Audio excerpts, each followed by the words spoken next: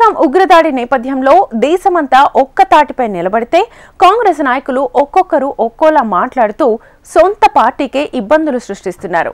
కేంద్రంతో సహకరించేందుకు తమ పార్టీ సిద్ధంగా ఉందని కాంగ్రెస్ అధ్యక్షుడు మల్లికార్జున ఖర్గే ప్రకటించారు. అయితే ఆయన సొంత రాష్ట్రానికి చెందిన ముఖ్యమంత్రి సిద్ధరామయ్య సహా పలువురు అగ్రనేతలు పార్టీ విధానానికి భిన్నంగా మాట్లాడారు.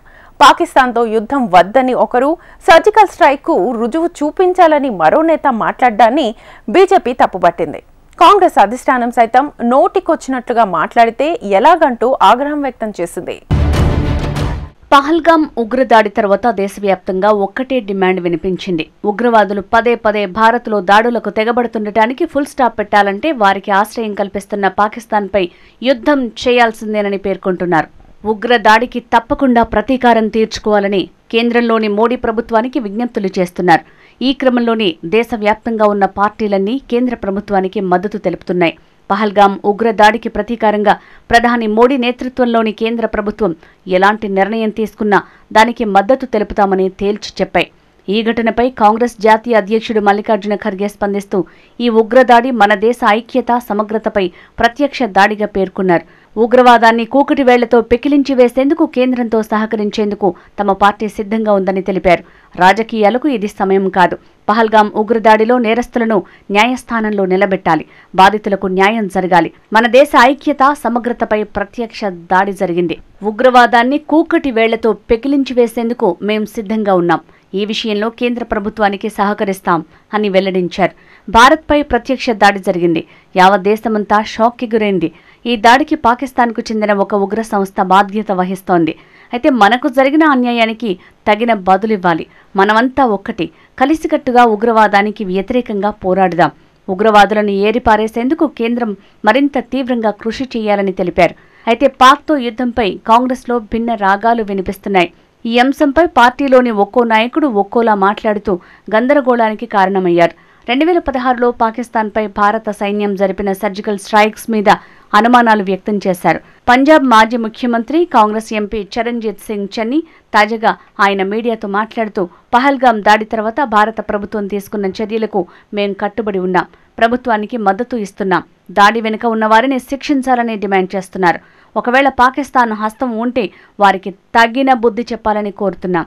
కానీ 2016లో పాకిస్తాన్పై సర్జికల్ స్ట్రైక్, 2019లో బాలాకోట్ వైమానిక దాడులకు సంబంధించి మాత్రం మాకు అనుమానాలున్నాయి. ఈ దాడుల విషయంలో గందరగోళం కనిపిస్తోంది. మన దేశంపై బాంబు వేస్తే మనకు తెలీదా? పాకిస్తాన్లో సర్జికల్ స్ట్రైక్ నిర్వహించామని వారంటున్నారు. కానీ అక్కడ అలాంటిదేమీ జరగలేదు. ఎవరూ దీని గురించి మాట్లాడలేదు. సర్జికల్ స్ట్రైక్కు సంబంధించి ఎలాంటి ఆధారాలు లేవు. దీనిపై నేను మొదటి నుంచి డిమాండ్ చేస్తున్నాను. మన దేశ ప్రజలకు అన్ని విషయాలు తెలియాలి అని కామెంట్స్ చేశారు. చరణ్జీత్ సింగ్ చన్నీ వ్యాఖ్యలపై బీజేపీ తీవ్ర ఆగ్రహం వ్యక్తం చేసింది. ఆయన వ్యాఖ్యలపై ఢిల్లీ మంత్రి మంజిందర్ సింగ్ సిర్సా స్పందిస్తూ కాంగ్రెస్ మళ్లీ మన దేశ సైన్యాన్ని మరియు వైమానిక దళాన్ని ప్రశ్నించింది. సర్జికల్ స్ట్రైక్ జరిగిందని తాను నమ్మటం లేదని, తనకు రుజువు కావాలని చన్నీ అన్నారు. కాంగ్రెస్, గాంధీ కుటుంబం ఎలాంటి మనస్తత్వాన్ని కలిగి ఉందో ఇప్పటికైనా ప్రజలు అర్థం చేసుకోవాలి. వారు భారత సైన్యం, వైమానిక దళం అబద్ధాలు చెప్తున్నారని, పాకిస్తాన్ నిజం చెప్తోందని పదే పదే ఆరోపిస్తున్నారు. పాకిస్తాన్ స్వయంగా సర్జికల్ స్ట్రైక్ నిర్వహించిందని చెప్పినప్పటికీ వీరు ఇలా ఎందుకు మాట్లాడుతున్నారు? సర్జికల్ స్ట్రైక్పై మీకు నిజంగా రుజువు కావాలంటే రాహుల్ గాంధీతో కలిసి చన్నీ పాకిస్తాన్ సందర్శించి దాడి ఎక్కడ జరిగిందో తనిఖీ చేయండి డిమాండ్ చేశారు. కాగా బీజేపీ విమర్శలతో చన్నీ మాట మార్చారు. తాను సర్జికల్ దాడుల గురించి ఆధారాలు అడగలేదని అన్నారు. అనంతరం పాకిస్తాన్ విషయంలో భారత ప్రభుత్వం ఎలాంటి చర్యలు తీసుకున్నా మద్దతు ఇస్తానని ప్రకటించారు. అయితే ఆయన వ్యాఖ్యల కారణంగా కాంగ్రెస్ పార్టీకి జరగాల్సిన నష్టం జరిగిపోయింది. కొద్ది రోజుల క్రితం కర్ణాటక ముఖ్యమంత్రి సిద్ధరామయ్య చేసిన వ్యాఖ్యలు తీవ్ర దుమారం రేపాయి. భారత్ పాక్ మధ్య యుద్ధ మేఘాలు కమ్ముకున్న వేళ ఆ వ్యవహారంపై స్పందించిన సిద్ధరామయ్య పాకిస్తాన్తో యుద్ధం వద్దని, యుద్ధానికి తాను అనుకూలం కాదని పేర్కొన్నారు. దీంతో సిద్ధరామయ్య చేసిన వ్యాఖ్యలను పాకిస్తాన్ మీడియా సంస్థలు హైలైట్ చేశాయి. యుద్ధం వద్దని భారత్కు చెందిన నేతలే పేర్కొంటున్నారంటూ పేర్కొన్నాయి. పాక్ మీడియాలో సిద్ధరామయ్య వ్యాఖ్యలు రావటం పట్ల బీజేపీ నాయకులు తీవ్రస్థాయిలో విమర్శలు గుప్పించారు. సిద్ధరామయ్యను పాకిస్తాన్ రత్న అంటూ బీజేపీ సెటైర్లు వేశారు. తన వ్యాఖ్యలపై సర్వత్రా నిరసన వ్యక్తం కావడంతో సిద్ధరామయ్య క్లారిటీ ఇచ్చారు. పాకిస్తాన్తో యుద్ధం చేయకూడదని తాను ఎప్పుడూ చెప్పలేదని, యుద్ధం పరిష్కారం కాదని మాత్రమే తాను చెప్పినట్లు పేర్కొన్నారు. పర్యాటకులకు రక్షణ ఇవ్వాలని, ఇది ఎవరి బాధ్యత అని, వైఫల్యం జరిగిందని మాత్రమే తాను చెప్పినట్లు వెల్లడించారు. ఈ ఘటన వెనుక ఇంటెలిజెన్స్ వైఫల్యం ఉందని, టూరిస్టులకు కేంద్ర ప్రభుత్వం తగినంత భద్రత కల్పించలేదని పేర్కొన్నారు.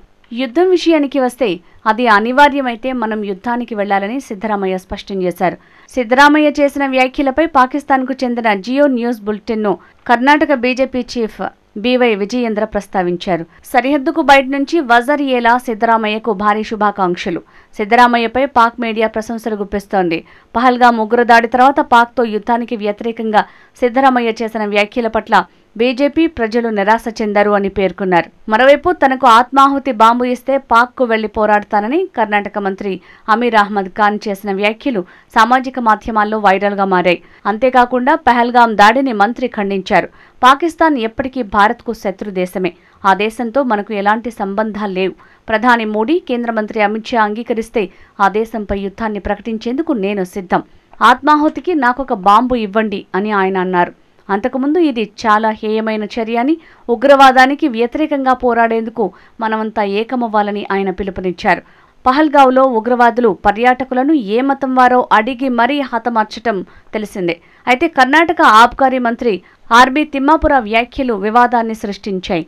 ఉగ్రవాదులు దాడి చేసే సమయంలో మతాన్ని అడగలేదని ఆయన అన్నారు. ఈ వ్యాఖ్యలపై కాంగ్రెస్ అధిష్టానం ఆగ్రహం వ్యక్తం చేసింది. జమ్మూ కాశ్మీర్కి వెళ్లొచ్చిన కార్మిక మంత్రి సంతోష్ లాడ్ మాట్లాడుతూ ఉగ్రవాదుల ఇళ్లలోకి ప్రవేశించి వారిని హతమార్చాలని అమిత్ షాకు విన్నవించానంటూ వెల్లడించారు. ఈ విషయంలో కాంగ్రెస్ అగ్రనాయకురాలు ప్రియాంక గాంధీ భర్త రాబర్ట్ వాద్రా కూడా అతిగా మాట్లాడి పార్టీకి సమస్యను తెచ్చిపెట్టారు.